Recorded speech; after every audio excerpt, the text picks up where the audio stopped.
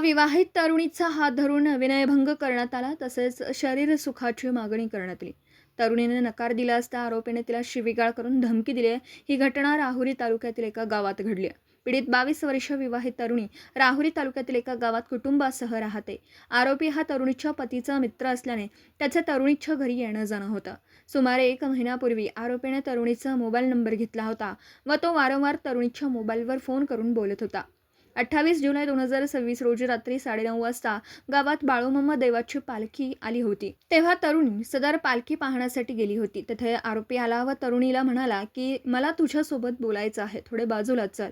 तरुणी त्याला म्हणाली की काय बोलायचं आहे तेच बोल. तेव्हा आरोपी म्हणाले की तू मला खूप आवडतेस, तू मला भेटत जा व माझ्यासोबत संबंध ठेवत जा, असं म्हणून त्याने तरुणीचा हात धरून तिला लज्जा उत्पन्न होईल असं कृत्य केलं. तसंच तू माझ्यासोबत संबंध ठेवले नाही तर तू माझ्यासोबत फोनवर बोलायचे ते तुझ्या पतीला सांगेल, अशी धमकी देऊन शिवीगाळ केली. घडलेला प्रकार तरुणीने तिच्या पतीला सांगितला.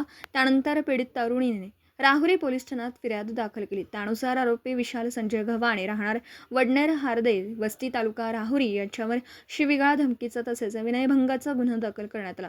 पुढील तपास पोलीस निरीक्षक रवींद्र देशमुख यांच्या मार्गदर्शनाखाली हवालदार रामनाथ सानप हे करीत आहेत. दीपक साळवेसह योगेश पवार, न्यूज 14 राहुरी.